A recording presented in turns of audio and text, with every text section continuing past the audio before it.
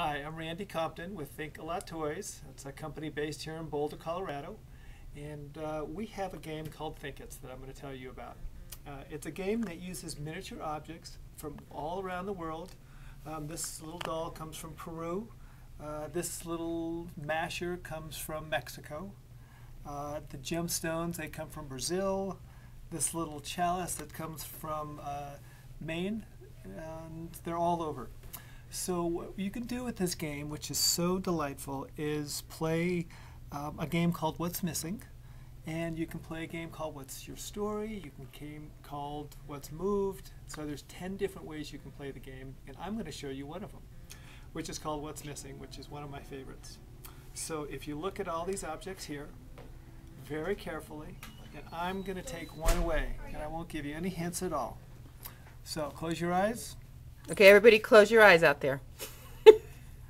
Okay, open them. What's missing?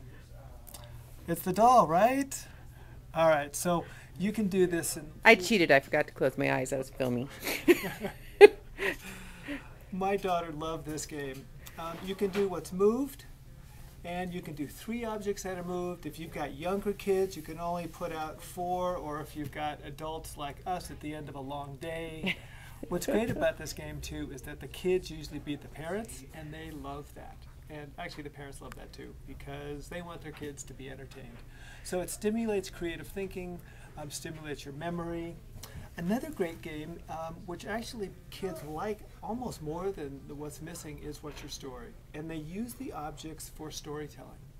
So it can be as simple as one person starts, picks an object, and says, once upon a time, there was a dragon named Ralph. And Ralph really loved hanging out in the forest. And when he was hanging out in the forest, all of a sudden this little girl came by, and the girl said, "Ralph, I haven't seen you in a long, long time. Where have you been?" Ralph says, "Well, you know, I've been busy. I've got people I need to get to." And she said, "Well, Ralph, you needed to have been around. We were supposed to have lunch last week." "Well, I don't like burritos." "Well, you should have told me."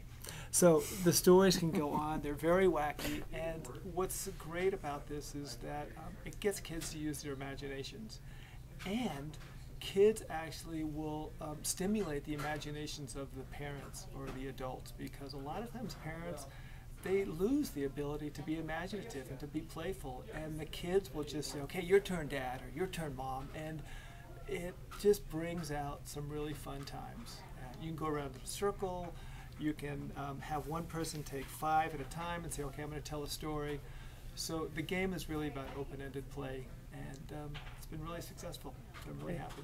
Thanks, Randy. Bye.